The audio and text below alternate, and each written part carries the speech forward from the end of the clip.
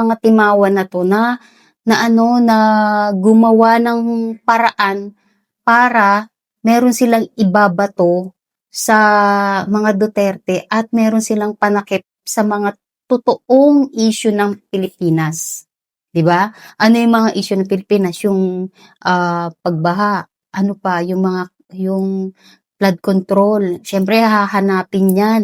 Tapos yung tariff, 'di ba, yung tariff, tapos yung scandal ng First Lady. Yung scandal ng First Lady, puro tatakpan 'yan. Kaya kung ako kaila Mayor Baste, 'wag na nilang patulan 'to. Kasi eto ang mga Duterte kasi ang ginagamit ng mga ungas na 'to para pagtakpan yung mga kapalpakan nila. Yan guys, yan ang katotohanan diyan. Kasi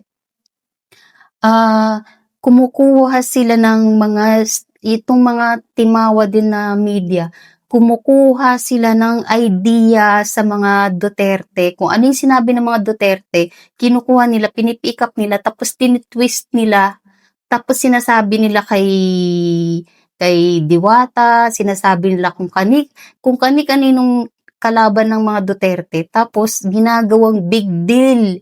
Tapos gagawin nilang panakip butas